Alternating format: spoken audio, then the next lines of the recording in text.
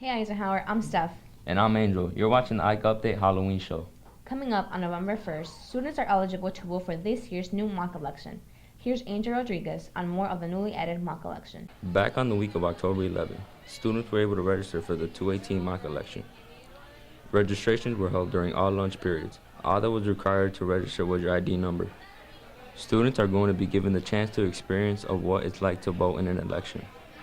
The mock ballots include voting for president, senator, comptroller, and 1st and 3rd district representatives in Congress. There will also be 2 district policies students will be able to vote yes or no to. First, if the district should acquire a uniform policy, and if seniors with a 3.0 GPA and no disciplinary record be offered free prom tickets.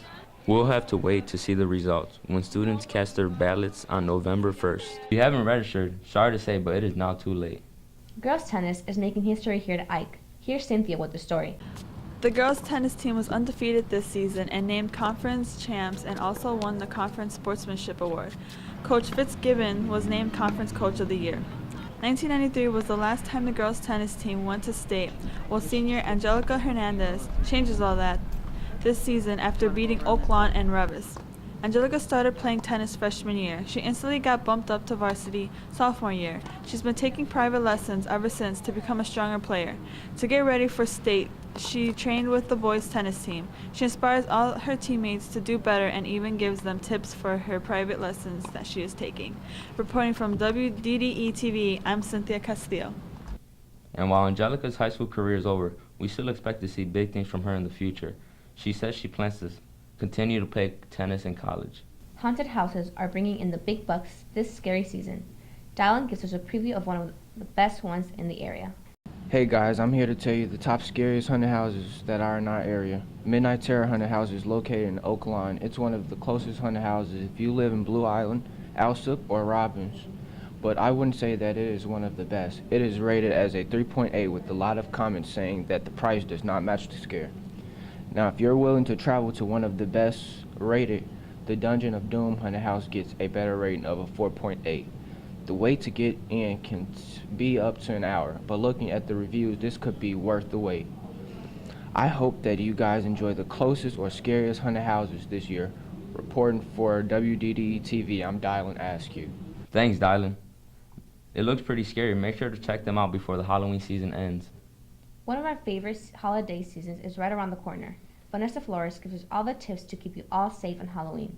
On Halloween, if you live in Blue Island, Alsip, and Robbins, then here are some Halloween tips for staying safe. First, never go trick-or-treating alone.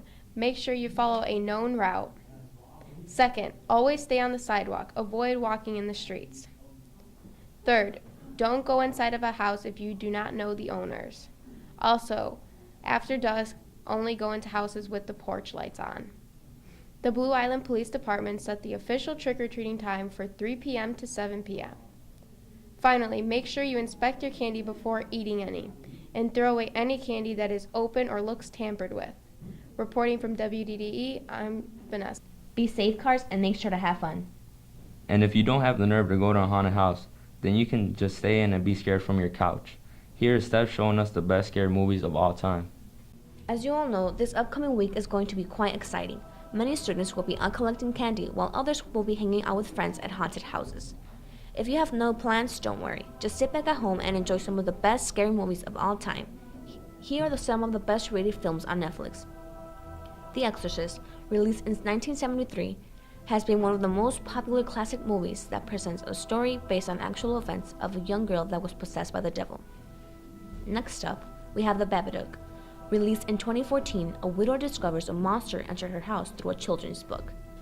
If The Babadook doesn't sound interesting enough, check out The Amityville Horror. Released in 2005, a family moves into a house without knowing it was full of evil spirits.